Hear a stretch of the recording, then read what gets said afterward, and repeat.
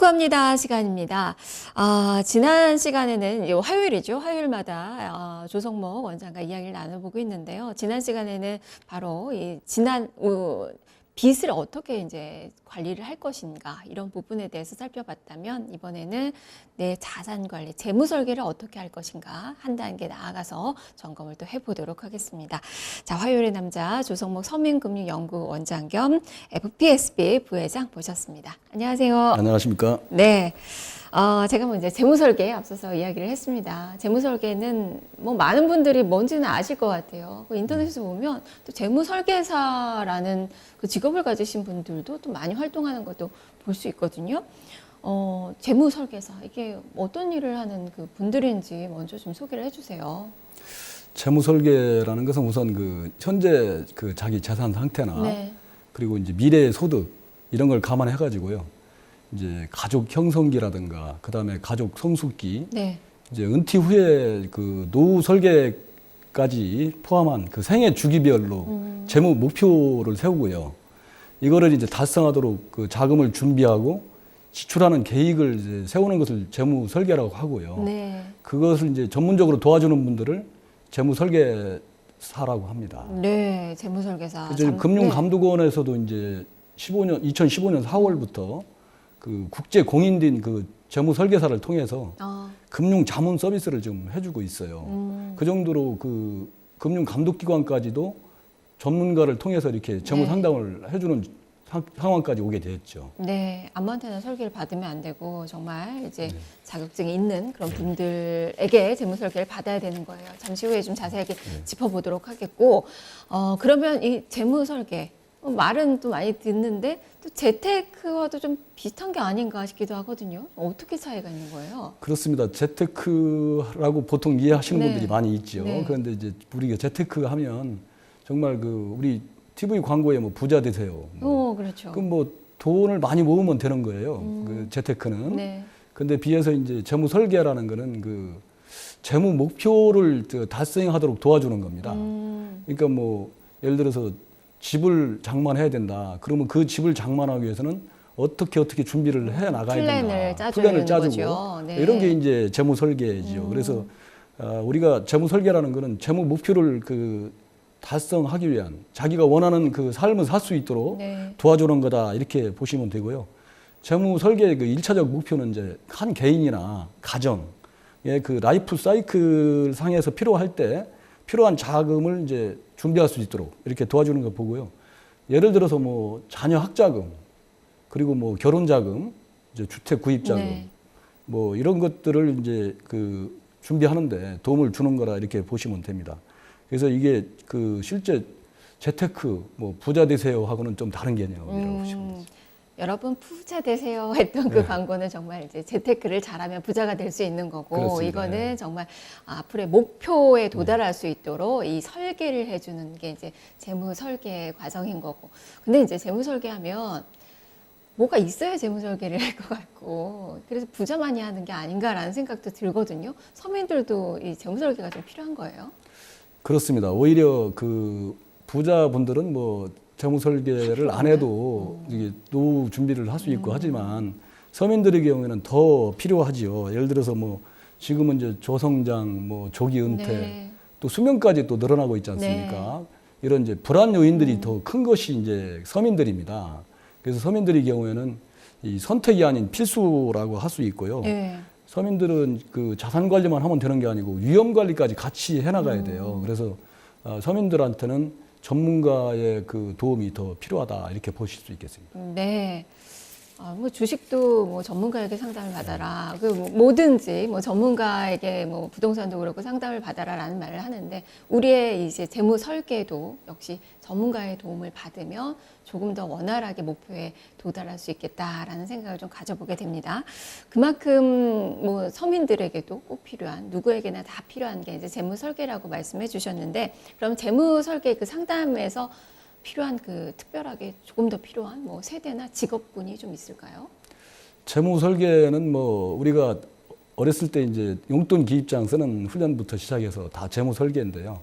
특히 그 미국 같은 데서는 이제 그 대학생 대출, 대학생론이 사회 문제가 되면서 이제 학교에서 그 학자금 대출. 예, 그렇습니다. 네. 그래서 그 대학생들한테 이제 거의 필수 과목 비슷하게 그 재무 설계 교육을 시키고 있고요.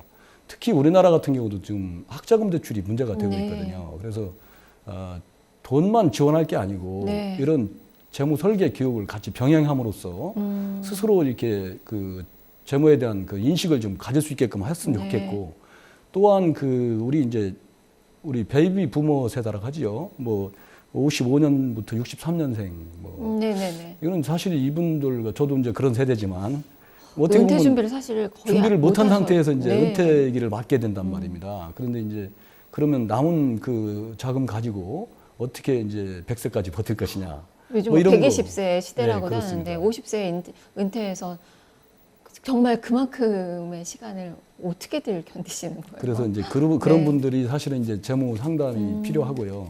이런 그 전문가의 도움이 필요하다고 보고 있습니다. 네. 그러면 이제 재무 설계를 제공하는 전문가를 찾아가야 될 것 같은데 좀 신뢰할 수 있는 분들이 어떤 분들이에요? 지금 그 고객들이 그 상황이 다 다르지 않습니까? 네. 다 다른 상황을 종합적으로 분석해 가지고 그 해법을 제시하기 위해서는 이제 그 프로세스를 철저한 프로세스에서 고도화된 금융 기법이 필요합니다. 그래서 이제 금융 그 소비자들에게 지금 가장 인정받는 제도로서는 이제 국제 공인된 그 CFP 자격하고 네. AFPK라고 자격이 있는데요. 네. 전 세계적으로 인정받는 그 CFP 자격 같은 경우는 네. 세계적으로 한 18만 평 정도가 있습니다. 이분들 같은 경우 투자, 뭐 세금, 보험, 뭐 네. 부동산, 뭐 상속에 이르기까지, 뭐 윤리까지도 교육을 이제 그 받고요. 그리고 이분들은 이제 지금 의무화된 교육 시간이 280시간입니다. 280시간을 지정된 교육기관에서 교육을 받아야 되고, 그리고 그 9시간 동안 시험을 치러 가지고 그러면 다 그 자격을 주냐 그것도 아니고 이제 또 3년 동안 그 실무 경험이 또 있어야 돼요. 근데 이제 이분들은 그러면 자격만 있으면 되냐, 전문 지식만 있으면 되냐 하면 그게 또 아니고 이분들 같은 경우는 이제 윤리 교육을 또 받아야 돼요. 그래가지고 복잡하네요. 2년마다 한 번씩 윤리 서약을 합니다. 윤리 서약을. 네. 그래서 이제 사실은 이 한국 FPSB라는 그 네. 우리 기관에서 이분들에 대한 그 자격에 대해서 이제 뭐 윤리를 잘 안 지켰을 때는 자격 박탈도 하고 뭐 이러거든요. 네. 그 이제 자격 정지도 시키고 그 뭐 자율 규제 기관인 셈이죠. 왜 이렇게 하느냐? 그러면 사실은 이제 이 재무 설계 전문가는 고도화된 뭐 아니면 진짜 양심적인 그런 설계를 네. 해야 됩니다. 그래서 잘못하면 뭐 보험을 팔게 된다든가 유도를 해가지고 뭐 이렇게 되면 안 되거든요. 그래서 그런 윤리 서약을 이게 하기도 하고요. 이 금융은 무엇보다도 정직과 신뢰를 먹고 사는 산업이에요. 네. 거짓말 시키면 안 네, 되거든요. 네. 그러다 보니까 이제 이런 우리가 폰지 사건이나 이런 것들 보면 이제 간혹 그런데 또 개입된 그 상담사도 있고 그래요. 네. 그래서 이제 저희들이 그거 어떻게 감독하시는 거예요? 그거 이제 신고나 제보를 받았을 때 조사를 해가지고 이제 네. 정지도 시키고 하는데요. 그만큼 이제 고객 우선주의 원칙이랄까요? 이런 걸 지키고 있다고 보시면 됩니다. 네. 그래서 이제 실제 그 CFP, AFP 외에도 네. 정부에서 지금 인정한 그 채무 상담 할 수 있는 그 국가 공인 신용 상담사도 있고요. 그것도 있어요. 그리고 이제 우리 서민금융연구원에서는 가정경제 주치의들이 있습니다. 그래서 그분들을 통해서 채무 정리도 할 수 있고요. 네. 그래서 이런 정말 뭐랄까 병을 치유하기 위해서는 진단이 중요한데 네. 아니면 상담이 중요하고 그 재무 설계가 중요한데 그런 전문가들이 잘 활용할 수 있는 전문가들을 잘 활용할 수 있는 정부 대책이 많이 나와야 되겠습니다. 저는 이제 재무 설계 뭐 자격증 뭐 이렇게 재무 설계사 하면 CFP랑 AFPK인가요? 네. 이렇게만 이제 알고 있었는데 그 외에도 뭐 서민금융연구원에서 하는 뭐 주치의도 있고 여러 가지 뭐 분들을 활용을 해서 재무 상담을 좀 받아볼 수 있는 것 같아요. 근데 이제 CFP나 이 AFPK 이게 어떻게 차이가 있는 거예요? 그 뭐 상위 기관이라고 봐야 되나요? 상위 뭐 자격증인가요? 어떻게 되는 거예요? 이제 CFP는 이제 국제 공인 재무 설계 전문가라고요. 국제적으로 인정을 국제적으로 받는 거고. 지금 세계적으로 아까 말씀드렸지만 18만 명 정도가 있고요. 네. 그런 국제적인 규정에 의해서 이제 관리가 됩니다. 거기에 비해서 AFPK는 그보다 조금 국내. 국내에 이제 실정에 맞게끔. 그러면 AFPK 가지신 분들이 CFP를 그렇습니다. 도전할 수 있는 AFPK를 거쳐서 네. 그러네요. 더 이제 3년 정도 뭐 실습을 거치고 또 고도화된 시험을 봐가지고 네. CFPK 자격을 얻게 되는 겁니다. 네, 바로 이런 분들 이제 관리하고 그런 것이 이제 우리 이제 원장님이 그렇습니다. 몸담고 계시는 FPSB가 있는데 지난 부회장으로 이제 취임을 하셨을 때 소개를 좀 해주셨어요. 그 네, 기간 좀 그렇습니다. 잠깐 좀 언급을 해주세요.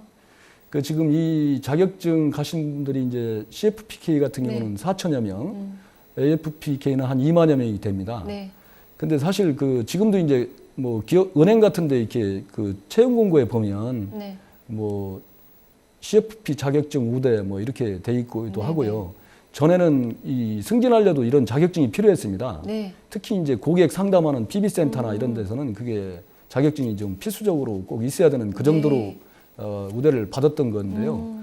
지금 같은 경우도 마찬가지로 사실은 대출을 해주고 회수하고 이런 데만 집중할 게 아니고 네. 그분의 그 재무 상담을 철저히 해주면서 예를 들어서 그 대출도 하고 보험도 권유하고 네. 이렇게 해주는 것이 좋지 않나 이렇게 생각을 합니다. 알겠습니다. 그럼 마지막으로 이제 재무 설계 실질적으로 이제 받고 싶으신 분들 좀 어떻게 해야 되나요? 재무 설계를 이제 지금 아까도 말씀드렸지만 금융감독원에서 해주는 게 있습니다. 무료 자문 서비스 해가지고 네네네. 뭐 1332로 전화를 해서 뭐 금융 자문 서비스를 활용할 수도 있고요. 네. 뭐 아니면 이제 그 온라인 상에서 홈페이지에서 금감원 홈페이지에서 뭐 간편 진단이나 아니면 좀 더 나아가서 정밀 진단 이런 식으로 받을 수가 있습니다. 네. 또 하나는 이제 우리가 금융 회사에 가면 대부분 다 이 자격증 보유자들이 있습니다. 그래서 보험 설계사. 보험 설계 네. 내지는 뭐 PB 센터에 이런 네, 분들 네, 네. 그분들이 이제 사실은 CFP나 아니면 AFPK 네. 자격증을 가졌는지 확인하시고 네. 그분들한테 상담을 받으시면 되고요. 그 또 하나는 이제 그 지금 한국 그 FP 협회라고 있습니다. 네. 협회 홈페이지를 통해서 활용할 수도 있습니다. 그 제가 이 보니까 이 상담을 받고자 하는 분들은 많은데 사실은 그 내가 상담을 받으면 뭐 문제 있어서 받는 것처럼 느껴져요. 그래서 잘 안 가거든요. 또 하나는 이제 비용이 또 부담스러워서 네네. 안 가는 분도 있고요. 그런데 지금 그 저희 그 국가 그 국민 참여 예산 제도라는 게 있어요. 네. 기재부에서 하는 거. 네, 네. 거기에 제가 이제 지금 자영업자들 64만 그 640만 자영업자들이 어렵지 않습니까? 네. 그래서 그분들한테 이 상담을 받을 수 있도록 하기 위해서는 비용이 좀 필요한데 상담사한테 그래서 바우처를 좀 주자 해가지고 제안을 했는데 그게 1,413개 제안품 중에서 1위에 지금 공감 뭐 네. 이래서 저는 그래서 이게 정말 국민들한테 필요한 제도구나 이런 걸 느꼈고요. 아마 정부에서도 앞으로 정책 방향은 지금까지는 공급 위주 자금만 네. 주는 걸 위주였다면 앞으로 상담 내지는 컨설팅 위주로 가지 않을까 이렇게 생각을 합니다. 네, 아주 좋은 평가를 받을 수 있는 그 제도 같아서 또 주목해서 살펴봐야 될 것 같아요. 말씀 잘 듣습니다. 네, 감사합니다. 네, 이렇게 조성호 원장과 함께 했습니다. 자, 이어서 퀴즈 시간 갖겠습니다. 어제 정답부터 공개해 드리죠.